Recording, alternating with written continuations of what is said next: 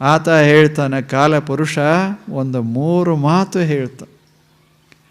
ತ್ರಿಣಾಚಿಕೇತಃ ತ್ರಿಭಿರೇತ್ಯ ಸಂಧಿಂ ತ್ರಿಕರ್ಮ ಕೃತ್ ತರತೆ ಜನ್ಮ ಮೃತ್ಯು.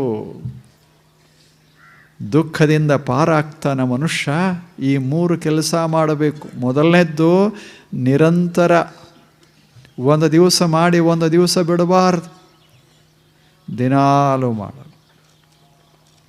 ಮತ್ತು ಹೇಗೆ ಮಾಡಬೇಕು?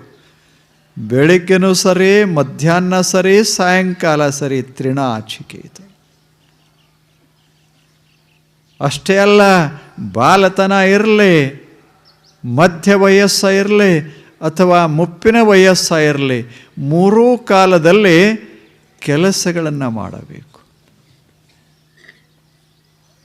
ಕೆಲಸ ಬಿಡಬಾರ್ದು.